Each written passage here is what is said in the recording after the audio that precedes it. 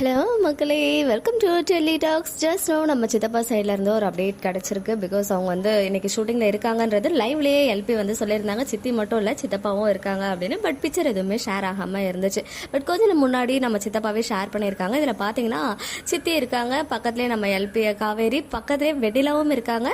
And அந்த costume note பண்ணீங்கன்னா தெரியும், அதே அந்த மேரேஜ் காஸ்டியூம் லாஸ்ட் ஷெடியூல்ல எடுத்தாங்க இல்லையா, அந்த ஷெடியூல்ல வெண்ணிலா வந்து அந்த மேரேஜுக்கு ரெடி ஆகி கோவில்ல இருந்த சேம் காஸ்டியூமோடைய கண்டினியூட்டி ஷூட் இன்னைக்கு வரைக்கும் போயிட்டு இருக்கு. பிரவீன் சார் வந்து ஷேர் பண்ண அந்த ஒரு பிடிஎஸ் ராகினி பசுபதி வெண்ணிலா இருக்க மாதிரி பிடிஎஸ் வந்து நேற்றுக்கு ஷூட் பண்ணதை தான் இன்னைக்கு வந்து நமக்கு ஷேர் பண்ணியிருக்காங்க.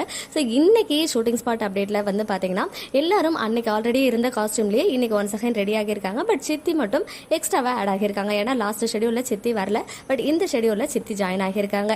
அந்த மன கோலத்திலேயே வெண்ணிலாவும் சேர்ந்து போலீஸ் ஸ்டேஷன் போறாங்க போல. அங்க போயிட்டு என்னெல்லாம் சம்பவங்கள் நடக்குது, காவேரி கண்டிப்பா விஜய்க்காக சப்போர்ட் பண்ணி பேச போறாங்க அப்படின்றதுல எந்த ஒரு டவுட்டுமே இல்லை. ஸோ அப்கமிங்ல பெரிய பெரிய சம்பவங்கள்லாம் இருக்கு. அதாவது ப்ரெடிக்ட் பண்ண முடியாத பல சம்பவங்கள் காத்துட்டு இருக்கு. எல்லாத்தையும் பார்த்து என்ஜாய் பண்ணுவோம். டிவியில பார்த்து டிஆர்பியும் வந்து கூட்டி கொடுப்போம். ஓகே மக்களே, நெக்ஸ்ட் வீடியோல மீட் பண்றேன். எக்ஸ்க்ளூசிவ் அப்டேட்ஸ்க்கு மறக்காம நம்ம யூடியூப் சேனலை சப்ஸ்கிரைப் பண்ணிக்கோங்க.